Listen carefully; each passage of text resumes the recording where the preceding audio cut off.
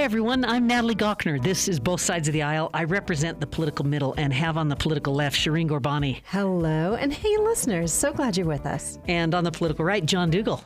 Welcome back. Great to be with you. I had 2 listeners reach out to me this week saying how much they love the show. I think it was because they like you too. But I was the messenger. Like we love our listeners and lots to talk about today. And we're going to start by talking about this recent news that the United States has shut down the embassy in Kyiv, citing a possible, imminent Russian attack. Now, I've been to many, many embassies in foreign lands, kind of have a feel for what they look like, what it's like, interact with the foreign service people that are there. Tell us a little bit about that. A lot of our listeners probably haven't. Very secure. All of them have in the basement a grocery store that has like Campbell's soup and U.S. goods. They have the diplomatic pouch that brings all the, the secret things or whatever you want to bring into an embassy. But it's like a mini country within the embassy. I actually lived down the street from the United States Embassy in Chisinau, Moldova, which is next door to Ukraine. And it is a different world. Yeah. I think I've been in that embassy, by the way. And when I was there, they... I haven't.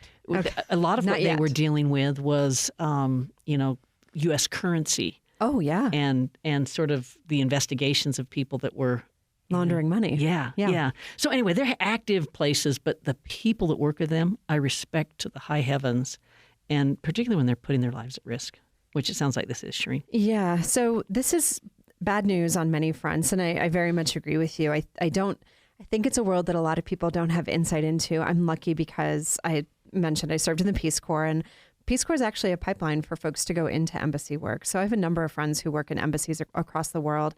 Had the opportunity to visit my friend whose very first assignment was at the Holy See, was in Rome, which was like an amazing good draw. post. But I'll just say that these are situations that can get incredibly dangerous really quickly. Yeah. Even though there's a lot of security and protection. And I guess I would put this in the broader context of this country has now just elected a duo, in particular, J.D. Vance, has been quite, I would say, a bit outside of his party, but very disinterested in supporting the Ukrainian people. So I think it's many compounding layers of what is likely to be an escalating and fraught situation. Yeah.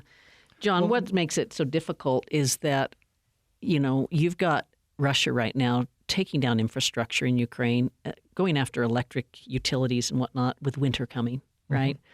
And that, now President Putin has lowered his threshold for the use of nuclear weapons because he's mad at the U.S. Right. And it feels like the U.S. said, real escalation. Hey, Ukraine, you can now launch U.S. weapons into Russia. Into Russia, Where before they said you can't. Yeah. You can use them, but you can't launch them into Russia. Where does this go? Well, I was just going to ask you, I know you met with a 4-star general recently. What are his thoughts? What are his lessons learned as he looks at history? Yeah, he lamented that so much of the U.S., involvement in foreign wars is a minimal approach, which just extends it and doesn't make it successful. And he's sort of in the camp of saying, if you're gonna be engaged here, you got to go big, all in, go big. And so very much favors the U.S., helping Ukraine, and essentially says Putin must be stopped. So and probably believes the U.S. should have been more aggressive in helping Ukraine and allowing them to use weapons in Russia from day one. From day one. Well, we got other things to talk about. I wanted to talk about this terrorist supporting organizations bill that the GOP is trying to push through that would let Trump shut down nonprofits in our country. I think it's kind of an interesting thing. You don't think of – we think of all these impacts of this newly elected president, but you don't think of him as shutting down nonprofits. Oh, I do. So I've been concerned about this. He closes down the libraries and everything else, right, Shireen? No. Let's just say I'm realistically very concerned about issues like mass deportation, illegal potentially. Certainly thinking about the categorization of nonprofit organizations or being able to create this sort of doorway to say that nonprofits can be defined as terrorist supporting organizations. I just have to say that I think you should pay very close attention to the fact that every single one of our Utah legislators are likely completely comfortable with this. And I think it is a massive mistake. These kinds of legislation like this in authoritarian governments has been used to go after news agencies, to go after organizations that provide food aids, potentially in countries where there may be, globally or here domestically. I have to say, as a person who works in reproductive health, I am concerned about how this might be weaponized domestically. And I don't know that people are paying close attention to this issue. Yeah. I mean, John, President Trump got the triage. I mean, he got all three, the House, the Senate, and the White House. And the American public is going to get what they voted for.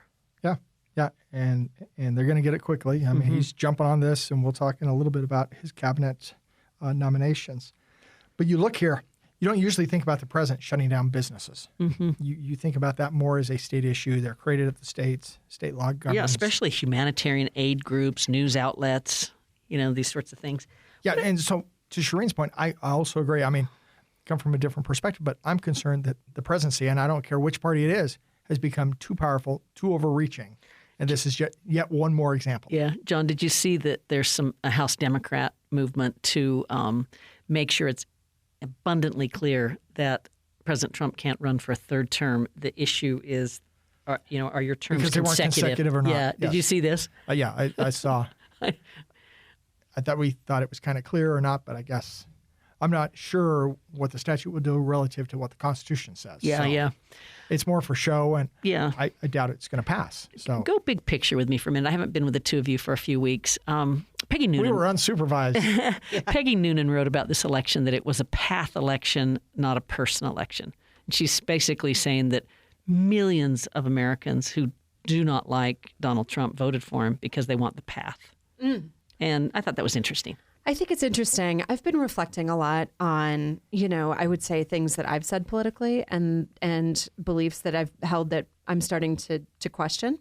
In particular, and I heard Democrats say this, and I think occasionally Republicans will say things like, there's more that unites us than divides us. And I actually think that's a lie. I think that we experience similar challenges and complications in our lives. I think we would all agree that healthcare is too expensive. I think we can all understand there's a housing crisis in this country.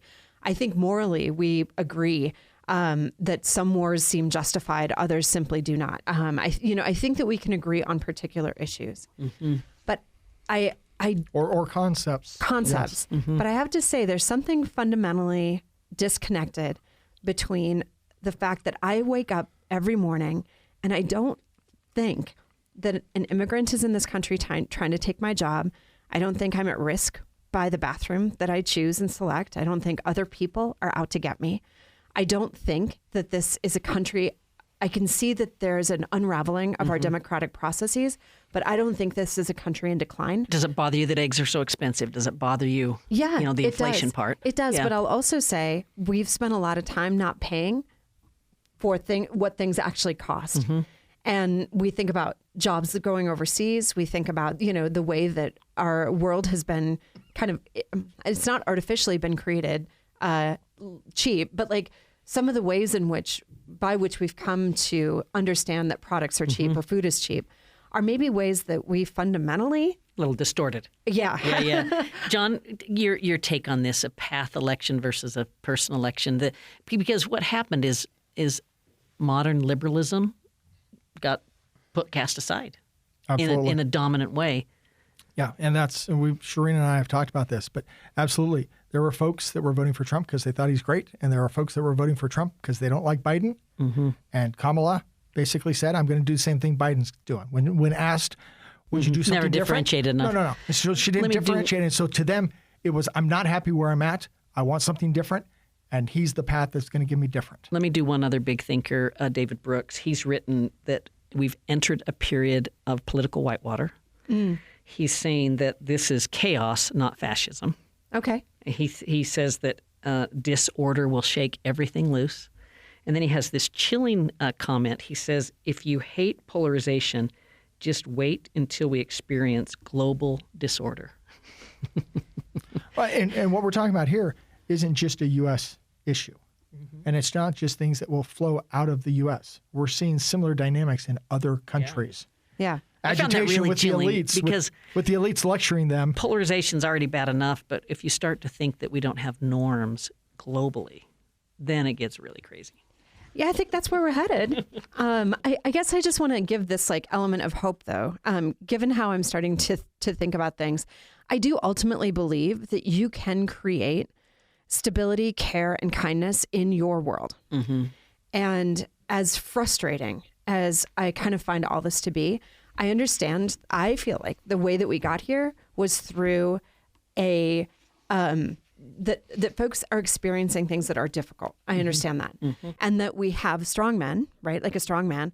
So a notion of power coming in and saying, okay, I'm going to go with that ideology. I'm going to go with power.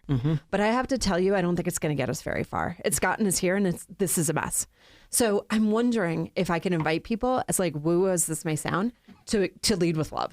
Yeah. What's that going to look like? But here's a question for you. Back to the political kind of side, Shireen, and I do want to talk about that more, comfort side, but the Democratic Party used to stand for the working class. It doesn't anymore. It used to stand for spending.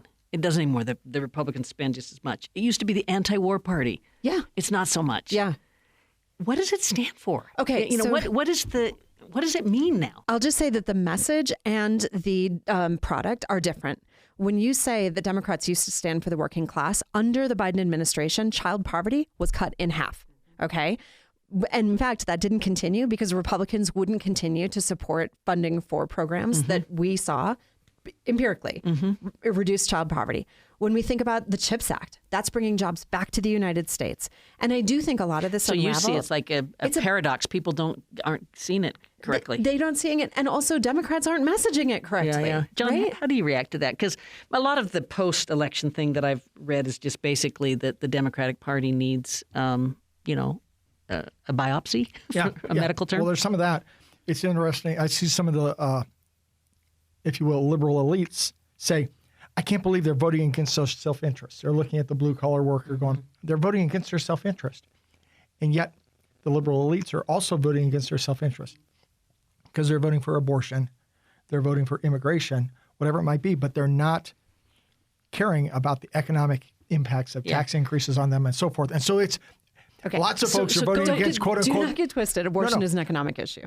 But go to Shireen's point it's about... viewed much more as a social issue for a lot of folks. What is your leading with love? Is that what you said? I guess I would just say it's going to get chaotic. It's going to get difficult. There are going to be mass deportations in this country. We had a woman here in Salt Lake City flee to a church during the first Trump administration. That is just the tip of the iceberg, I think, for what people are about to see. And I would just encourage people that you can take steps to live closer to your values. And I hope people are ready to do that. Let me flag one other quick thing. And call a spade if you see it. Spade a spade. Yeah. When you're talking chaos, let me come back to information. We used to have trusted groups. It could be the news media. It could be universities and so forth. They're no longer trusted. And so therefore, if you will, when the average person is trying to assimilate all this information, you have information overload. So they don't know who to trust. So now they're trying to view it all themselves and decide for themselves, but it's overload. And they don't know what's correct, what's not. Yeah. But they don't trust the sources that have been trusted for decades in the past. I'll just say from the political middle that never have families and churches and, let's say, community organizations been more important. More important. Yeah. Hey, let's take a break, and then we're going to talk cabinet appointments. This should get interesting. Giddy up. Stay tuned, everybody. You're listening to Both Sides of the Aisle on Utah Public Radio. We love to hear from listeners like you. If you would like to send us a comment, email bsotapodcast@gmail.com. That's bsotapodcast@gmail.com. Thanks for listening. Shireen Gorbani on the left. John Dougal on the right. I'm Natalie Gochner, and this is Both Sides of the Aisle, and I'm in the political center, and we are talking cabinet appointments by the incoming president, Donald Trump. Still feeling like you're in the political center when you hear it? It's been a list. Okay. And well, man, he's doing it fast, too. He's not wasting any time getting these names out there. Matt Gaetz is the headliner here, being appointed to be the head of DOJ. This is having such an amazing sort of like, I don't know, political strategy to it, because it seems like Donald Trump made this appointment knowing that he wouldn't be confirmed and getting him out of the House. Oh, you think? Wow. I think that's optimistic thinking. You do, yeah?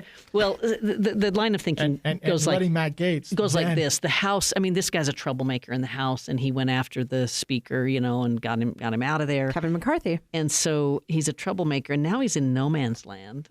And he's going to campaign for Florida governor. Interesting. Yeah. Well, what do you guys think? As the victim, I don't think he'll be House. confirmed, and I think it gives a big open spot for potentially our Senator Mike Lee to be the Attorney General. Okay, so also troubling. I guess I just want to say that Matt Gaetz is in the middle of a damaging ethics report that is actually being held in the House Ethics Committee. They voted today to not, so it's stuck there, to not release this, though it has been leaked. And there are many sources that show that he had sex with a 17-year-old. This is deeply concerning. Unfortunately, it is quite in line with concerning behavior across a number of these cabinet appointments, people with really troubling histories around sexual assault and sexual violence. The other thing that the report included, was money that was paid out from him to keep women silent. This is who is left that wants to surround Donald Trump in positions of power in this country. Well, and it's also so interesting because, it's chaos. Yeah. Because the House ethics, they might not turn over their things, but the Senate confirmation people can call in whoever they want to testify. Yeah. We can think back at Supreme Court nomination processes and those hearings and everything that came out during them. I'm always asking you guys questions, but I want you to ask me questions about HHS and CMS. Okay. So this is RFK Jr. for Health and Human Services and before you Dr. go there, I Oz for just wanna be Medicaid and clear. Medicare. I think Matt Gaetz is a ridiculous point. And so I'm just curious whether this is Trump just trying to draw attention here so folks say all the rest of it looks normal, or if there's something else. But my key point I want to just flag is, if we're concerned about Matt Gaetz or others being at the head of these organizations, then this goes to my point. I'm concerned with the behemoth that we have created in the federal government, because then it gets turned over to folks that Shireen might like and I vehemently disagree with, or vice versa. Yeah. Interesting. I guess I would say, though, in past examples, people that you may disagree with that I would support typically come in with a wealth of knowledge or experience. And actually, you also worked for somebody who ran HHS, who I would politically disagree with, but would say came with a wealth of knowledge and expertise in health. Had run an insurance company. In health systems. Yeah. Had been a governor and administered Medicaid. So what does Governor Levitt know? Yeah. Mike's a great guy. So. Right. So, and I can think, for me, a person whose deep expertise comes from the insurance world would not be my first pick, but this is a person who I believe believes in the system. But Medicare is insurance. And Medicare is insurance. Yeah. So what do you think, well, Natalie, and this choices? is why I said to ask me, because I live there. But I spent a couple of years at HHS, amazing federal agency. While I was there, the budget at HHS surpassed the GDP of Italy.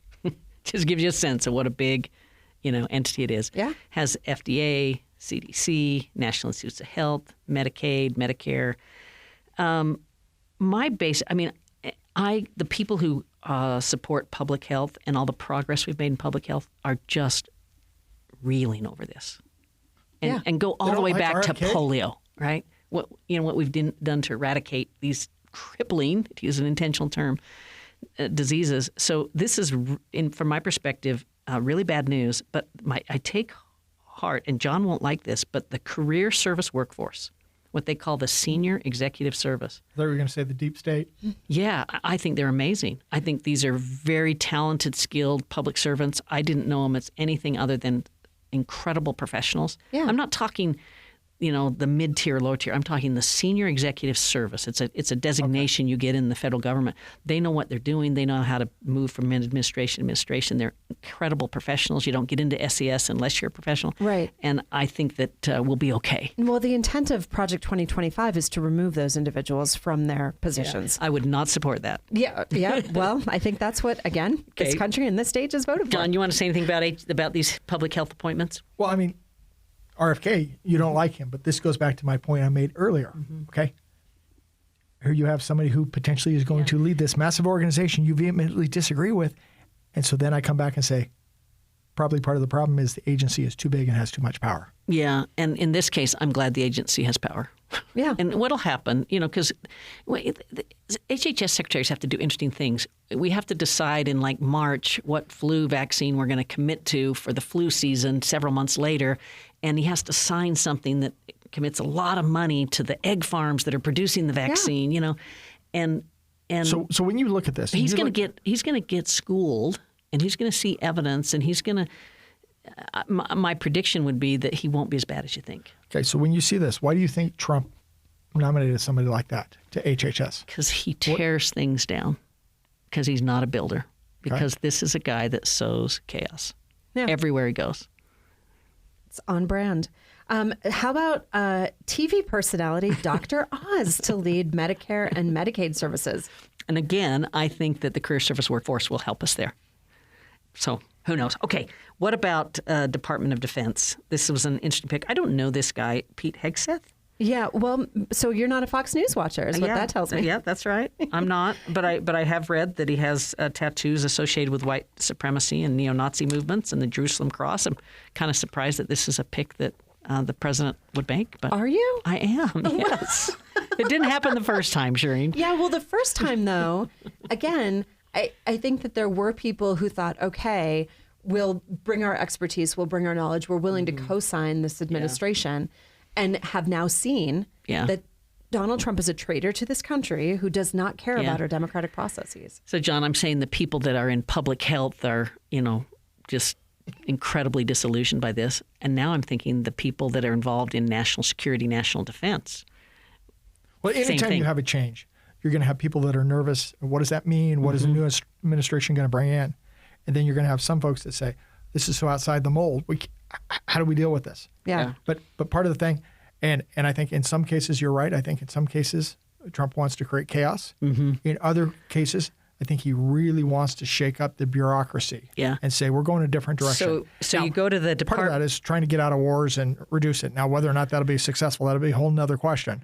But part of it is also rewriting the tax code to benefit billionaires and hurt families here. I got a message from a parent here in Utah who has a disabled child. Because of the changes that Trump made to the tax code, the way that they were able to basically identify their child as disabled in their taxes provided money back to them to be able to take greater care of that kid. She is now terrified that she is not going to have a way to provide the financial support for her family going forward. It's gotten harder every year. It got a little better back under Biden, but not back to what it was before Trump made these changes. These are your neighbors. These are people in this state who are suffering from an administration that prioritizes billionaires, the billionaire class. But Shireen, we had Biden, who his agenda was punishing and crippling the economy, and everyday Americans said, you're living in a fantasy, John. No. Ask Natalie if we are living in a crippling economy. You're now coming across as one of those elites lecturing the everyday American who said, I am so sick of this. I am voting for him. Whether or not I like him, I'm picking that path to what Natalie said earlier. And so this is the reality that people are dealing with, is they would rather have that path than the path they were on. Help me with this one. Just in terms of competency in these appointments. And I know you don't like the Department of Education, but Linda McMahon, who's the CEO of the World Wrestling Entertainment Company, is his education served on the Connecticut pick. Board of Education for a while. His education pick. Wow. What do you think she's going to do?